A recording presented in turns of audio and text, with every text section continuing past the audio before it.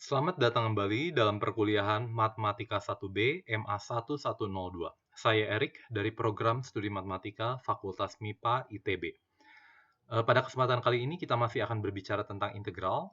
Kita akan bicara hari ini tentang eh, jumlah Riemann umum dan limit jumlah Riemannnya.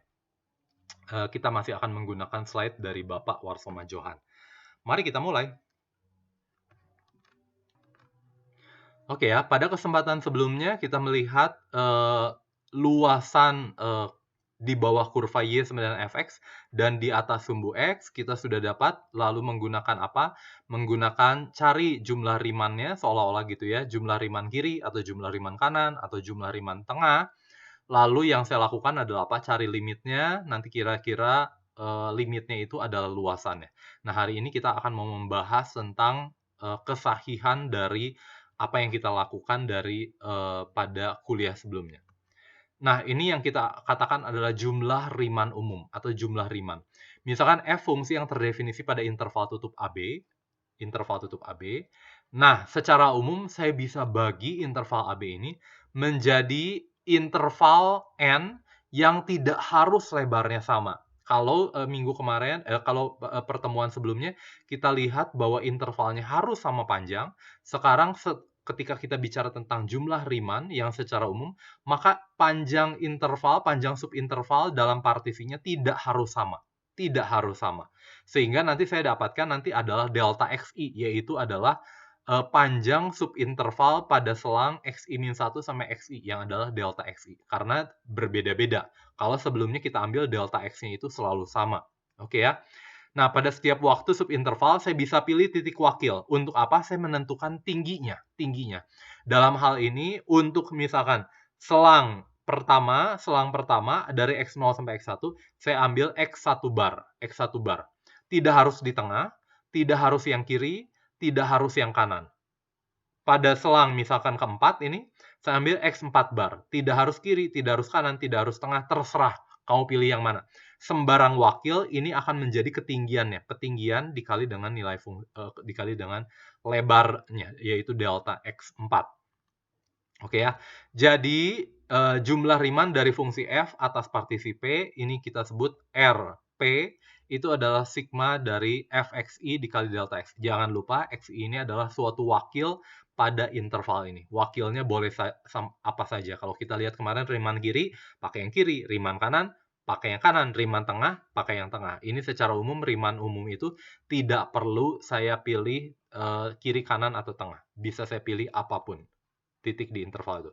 Nah, nilai sebuah jumlah Riemann itu tidak tunggal, tergantung pada pemilihan banyaknya interval. Jangan lupa ya, ini belum sampai ke luasnya. Lebar tiap interval dan titik wakil yang digunakan. Jumlah Riemann dapat bernilai negatif karena, seperti pertemuan sebelumnya, nilai fungsinya kan kalau misalkan di bawah ini menggunakan ketinggian nih, padahal ketinggian ini adalah negatif. Jadi delta X selalu positif, tapi di sininya sendiri negatif.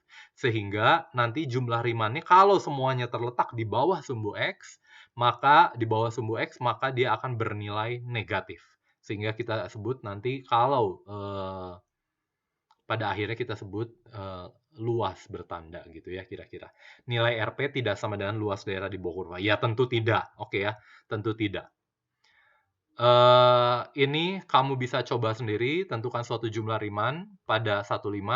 Lah terus yang saya lakukan adalah apa, Pak? Ya kamu pilih interval sembarang.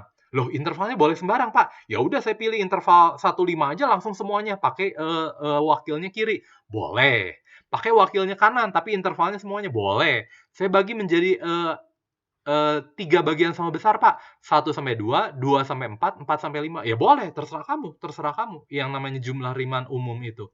Oke ya, dengan cara yang sama ini coba untuk memakai 6 subinterval yang sama lebar. Kalau ini sama seperti kemarin, tapi 6 saja, 6 subinterval. Kamu coba ya. Titik wakilnya ujung kanan. Ini seperti Riemann kanan, seolah-olah ya. Oke, nah ini definisinya untuk integral tertentu itu.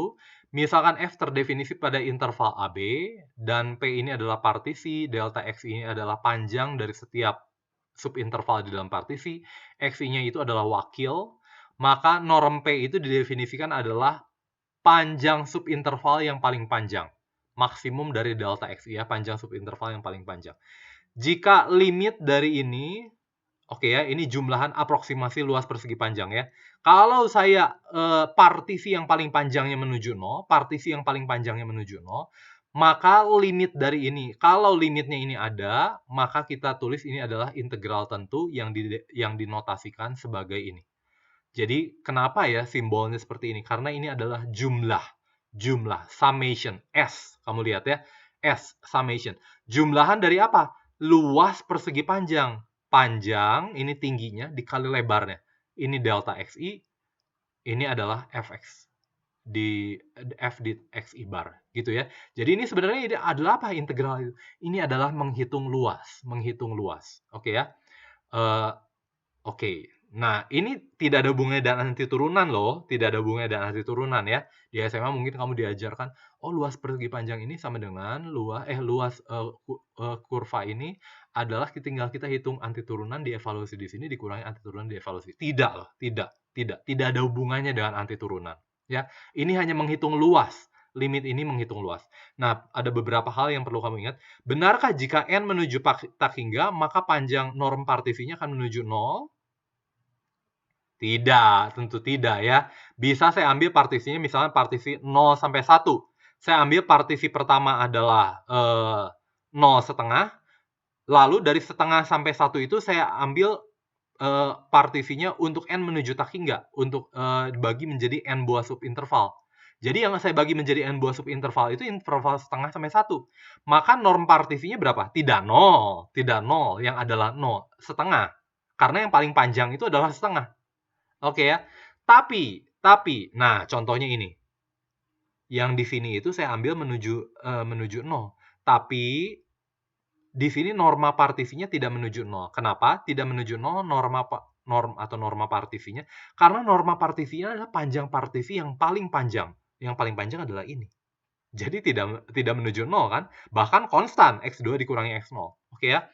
Tapi kalau panjang norma partisinya menuju 0, yang paling panjang ini menuju 0, menurut kamu apa akibatnya dengan yang paling kecil, yang lebih kecil-kecil ini? Ya akan menuju 0 juga. Akan menuju 0 juga. Makanya saya tulisnya ini limit dari norma partisi yang menuju 0. Oke ya. Jadi kapan norma partisi menuju 0? Ini jika dan hanya jika untuk n menuju tak hingga. N menuju tak hingga ya. Kapan norma partisi ini jika dan hanya jika n menuju tak hingga? Benarkah jika maka n menuju tak hingga? Betul ya. Jadi kalau ini n menuju tak Oke ya. Jadi kalau ini n menuju tak hingga, maka norma partisi akan menuju 0. Kalau norma partisinya akan menuju 0, maka n-nya juga akan menuju tak hingga. Oke ya. Kesimpulannya bila delta xi sama lebar, maka ini adalah limit dari ini. Ini yang kita pakai pada pertemuan sebelumnya. Jadi menghitung luasnya itu atau jumlahan ini atau adalah dengan menghitung limit jumlah rimannya. Jumlah riman kiri, jumlah riman atas, dengan delta xi-nya yang saya anggap sama lebarnya. Itu ini akan berubah menjadi delta x. Ini akan berubah menjadi tergantung kiri, kanan, atau tengah. Kalau kiri nanti xi min 1, kanan xi, tengahnya xi ditambah xi min 1 dibagi 2. Oke ya. Nah, bentuk terakhir ini yang biasa kita lakukan dipakai untuk mempermudah proses perhitungan. Nah, ini kita coba lihat. Untuk fx-nya lebih besar sama dengan 0, artinya semuanya terletak di atas sumbu x, maka RP ini adalah total luas dari persegi panjang. Oke. Tentunya untuk fx lebih besar dari 0, maka integral ini akan menjadi luas daerah di bawah grafik f. Oke ya, menjadi luas daerahnya. Bagaimana kalau yang seperti ini? Ini sudah kita bahas pada pertemuan sebelumnya. Bahwa luas ini adalah luas persegi panjang dikurangi dengan luas persegi panjang di bawah sumbu x. Oke ya. Jadi nanti integralnya ini, kalau saya hitung integralnya ini adalah luasan ini ditambah luas ini ditambah luas ini. Luas ini tambah luas ini dikurang luas ini. Oke ya. Integral dari sini sampai sini dari fx, kalau fx-nya ini yang biru ini, maka itu adalah luas ini tambah luas ini dikurangi luas ini. Oke ya. Nah, terakhir tentang eksistensi integral tentu, perhatikan bahwa kita melihat tadi limit jumlah riman. Limitnya itu belum tentu ada. Contohnya pada ini. Oke ya. Di sini jumlah riman limitnya itu tidak ada. Limitnya kalau saya ambil n menuju tak hingga, nanti ini nilai fungsinya itu akan menuju tak hingga. Kamu tahu ya, kalau saya perkecil untuk norma partisi menuju 0. Oke ya. Jadi F terdefinisi sepanjang A, B terbatas bila titik discontinue nanti pada akhirnya bisa saya dapatkan seperti ini ya. Kalau F-nya terdefinisi sepanjang AB dan terbatas, bila titik discontinue dari F-nya itu berhingga, ini ya, titik discontinue-nya ini hanya ada satu, maka F terintegralkan pada AB. Dalam hal ini, apakah discontinue dalam hal ini F-nya tidak terintegralkan? Oh, di sini F-nya jadi terintegralkan ya? Ya oke lah, oke ya. F-nya terintegralkan. Pada teorema di atas, maka fungsi-fungsi berikut terintegral pada interval tutup AB. Jadi polinom, fungsi rasional, asalkan penyebutnya tidak bernilai 0 sepanjang AB, ini jadi tidak terintegralkan ya, tidak terintegralkan. Fungsi sinus kosinus. Nah, pada kesempatan berikutnya kita akan membahas tentang sifat-sifat integral tertentu. Jadi hari ini pada kesempatan kali ini kita sudah membahas tentang jumlah Riemann umum dan menghitung luas dengan limit jumlah Riemann yang adalah integralnya. Caranya gimana? Ya pada akhirnya kita menggunakan teknik yang kita pakai pada sesi sebelumnya, yaitu membagi interval itu menjadi n buah subinterval sama panjang. Oke ya, tapi secara umum tidak harus sama panjang ya. Secara umum tidak harus sama panjang, tapi untuk mempermudah perhitungan pakai yang sama panjang saja. Dan wakilnya boleh saya ambil kiri, kanan, tengah, dimanapun, tapi biasanya kita ambil yang paling mudah saja, kiri atau kanan atau tengahnya saja. Oke, terima kasih.